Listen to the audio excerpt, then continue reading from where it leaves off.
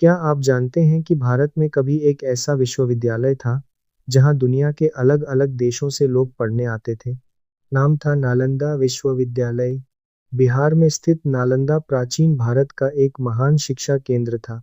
यहाँ बौद्ध दर्शन के साथ साथ व्याकरण, चिकित्सा, तर्क और कई दूसरे विषयों की शिक्षा दी जाती थी। कहा जाता है कि यहाँ हजारों विद्यार्थी और शिक्षक रहते थे।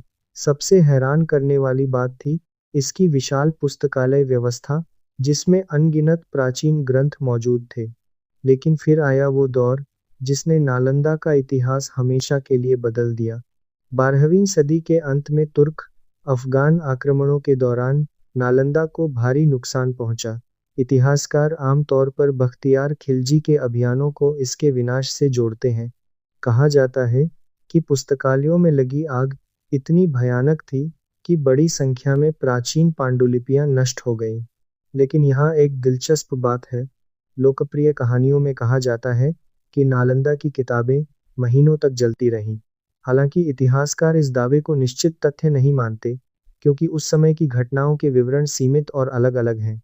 यानी नालंदा का विनाश सिर्फ एक इमारत का अंत नहीं था। यह भारत की प्राचीन ज्ञान परंपरा को लगा एक बहुत बड़ा झटका था। और आज, सदियों बाद, नालंदा के खंडहर हमें याद दिलाते हैं कि कभी यहाँ ज्ञान की ऐसी दुनिया थी जिसकी चर्चा दूर दूर तक होती थी। अगर आपको इतिहास की ऐसी कम चर्चित और हैरान करने वाली कहानियाँ पसंद हैं, तो वीडियो को लाइक ज़रूर करें और चैनल को सब्सक्राइब कर लें।